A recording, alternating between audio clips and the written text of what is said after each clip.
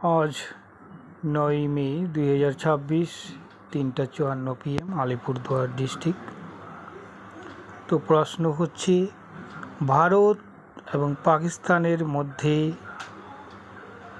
কোনো প্রকার যুদ্ধ লাগার সম্ভাবনা রয়েছে কিনা।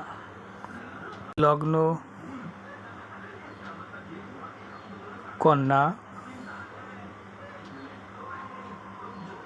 লগ্নের অধিপতি বুধ হচ্ছে অষ্টমে, রবির সঙ্গে বুধ অবস্থান করছে। নবমে শুক্র, ধর্মভাবে শুক্র অবস্থান করছে। দশমে বৃহস্পতি, দ্বাদশে কেতু। তো যেহেতু লগ্নের সপ্তমে শনি মঙ্গল অবস্থান করছে মীন রাশিতে, তো এটি একটি সম্ভাবনা রয়েছে প্রবল যুদ্ধ, বিধ্বংসী যুদ্ধ এবং বিশেষভাবে